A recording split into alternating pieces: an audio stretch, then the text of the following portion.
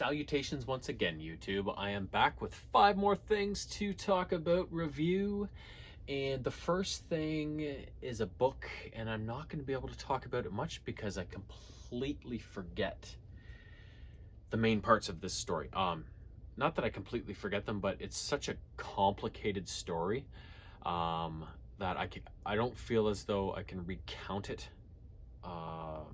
in accurate enough detail all these months later after having read it to make sure I give you a good picture of it. But I'll show it to you. We'll mention it anyway. And it is the third book in the Thrawn Ascendancy series from Star Wars called Lesser Evil. So the story wraps up in this book, and it's basically these alien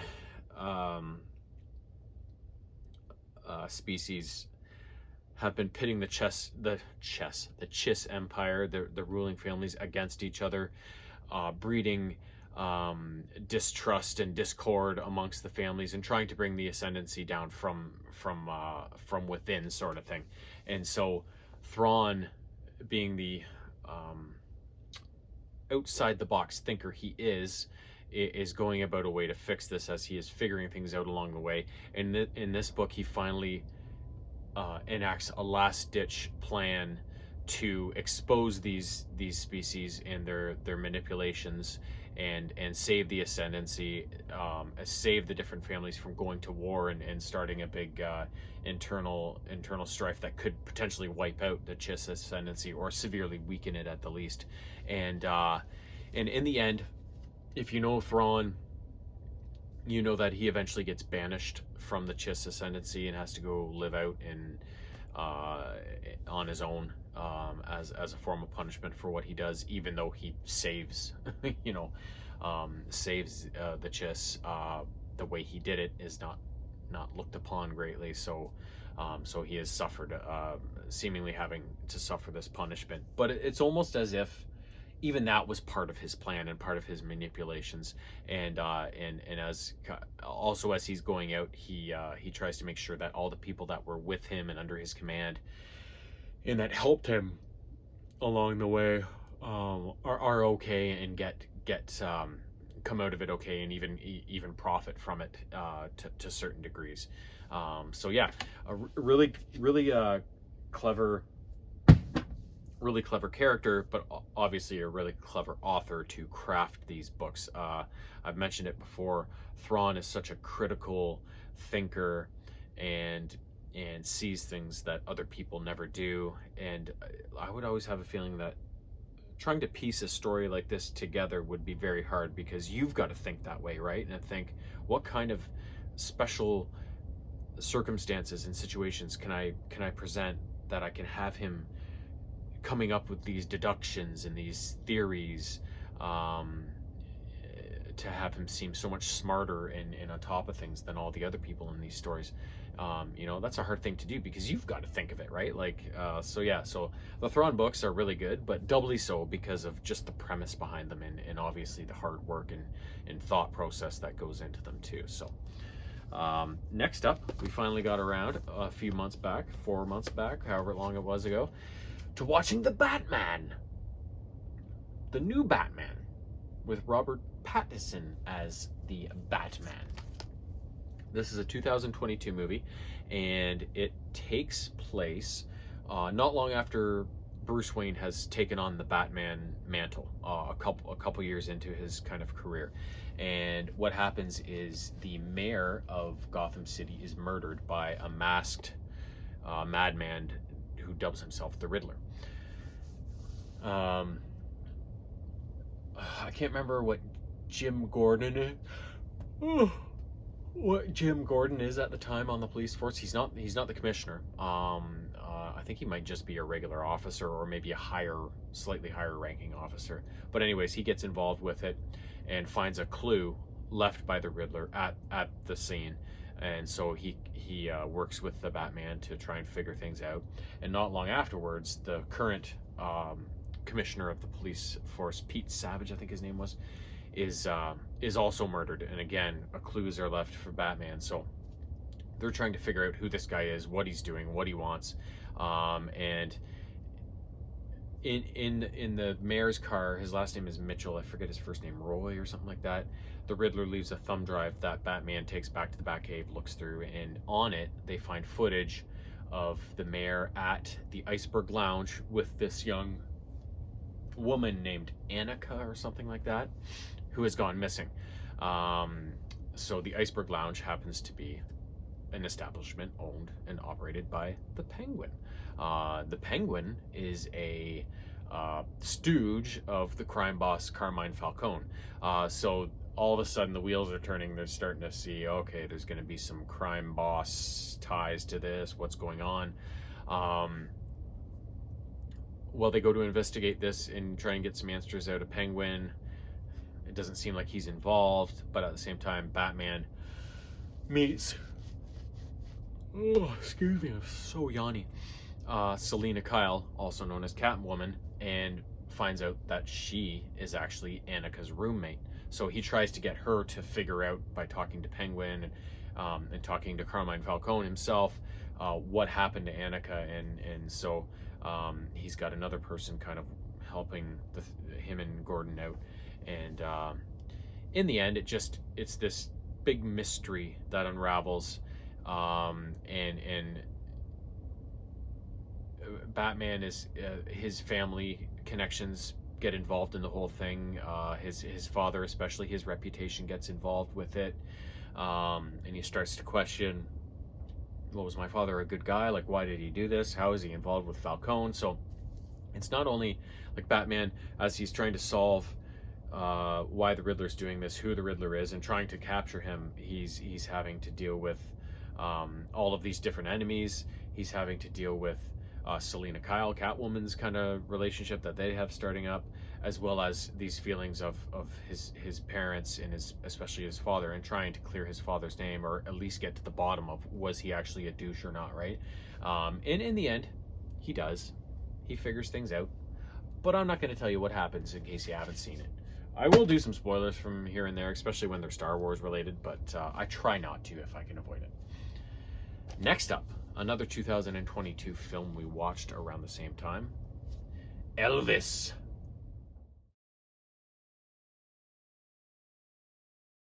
Elvis is basically the story of Elvis Presley, but it's presented in a different kind of way. It's the year is 1997, I believe, and I can't stop.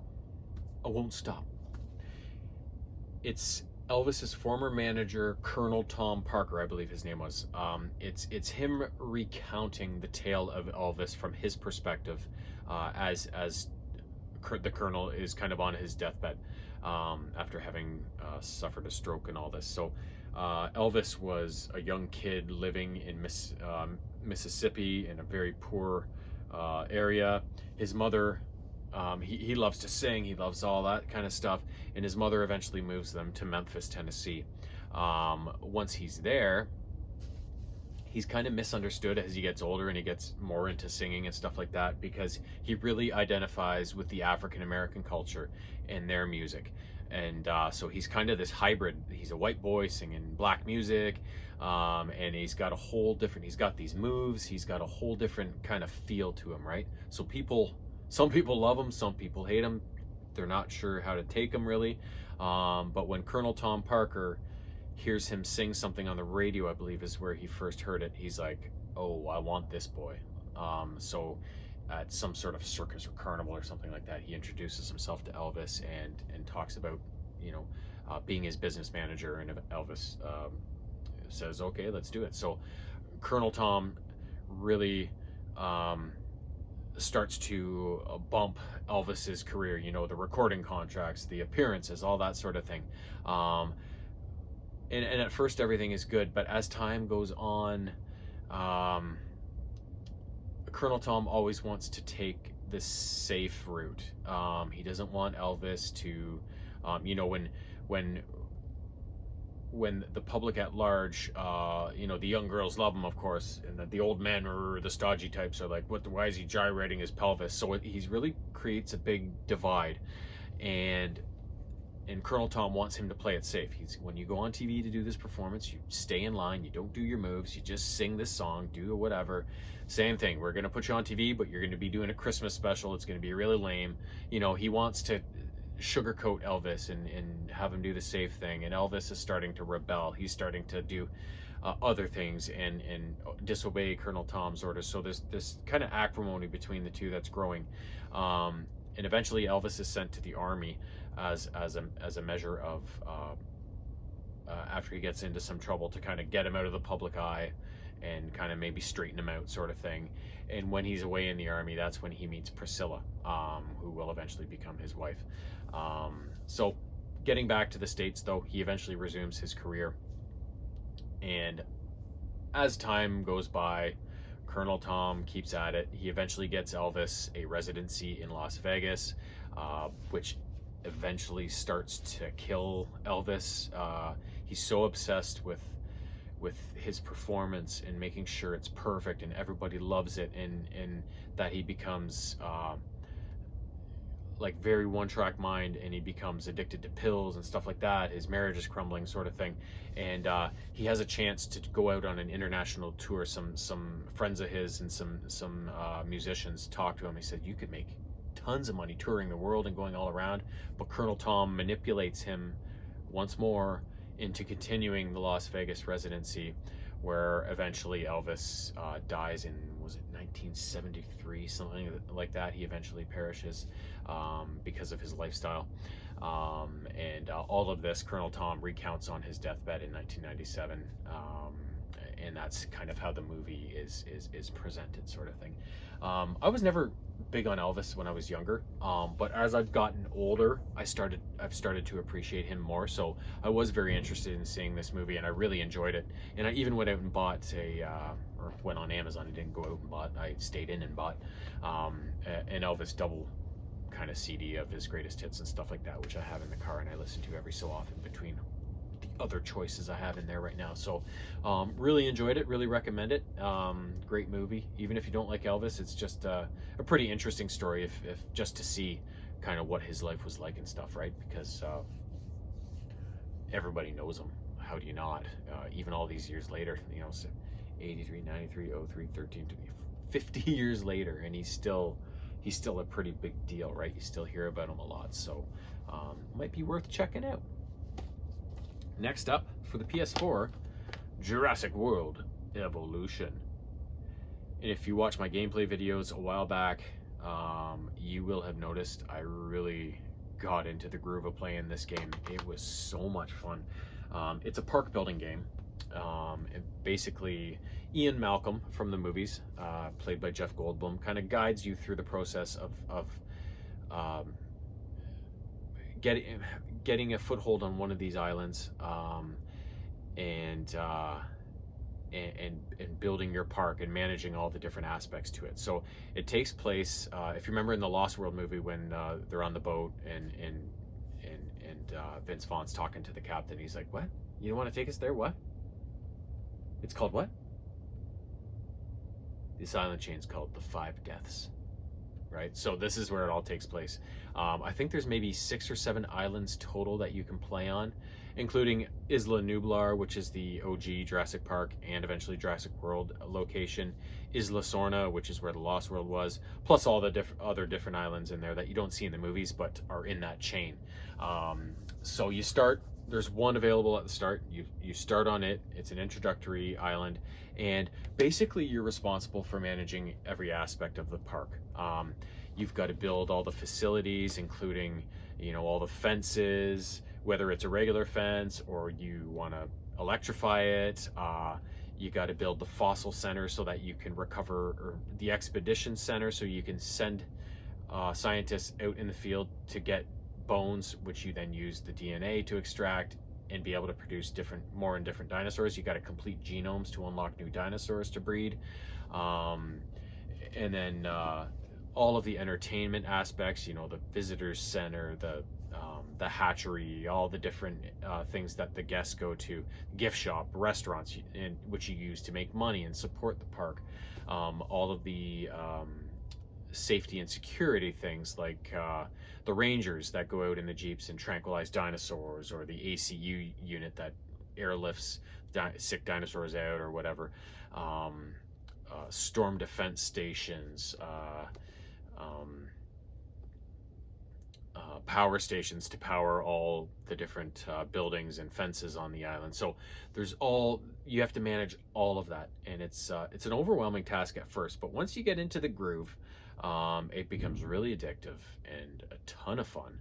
And there's all sorts of different wrinkles they throw at you too. Like the dinosaurs will get riled up every so often if you have like a bad mix of them in a enclosure together, or if you forget to feed them and they get hungry, they'll rebel. So they'll break the fence, they'll get out. So you got to go track them down. Also, you'll get sabotaged by rivals. They'll knock out power to something, so all of a sudden you'll be without power in a sector, so your restaurant's not open, this section of fence is down, and same thing with storms will come in and they'll just wipe out a swath of stuff, destroy stuff, so you have to rebuild, that sort of thing. So everything you can think of on these islands you have to manage, and as you basically complete an island, get to a certain point, you then unlock the next island, and as you go along island by island and get further into the game, you will unlock more and different buildings that you can use, more dinosaurs you can use, so it kind of evolves along the way, right?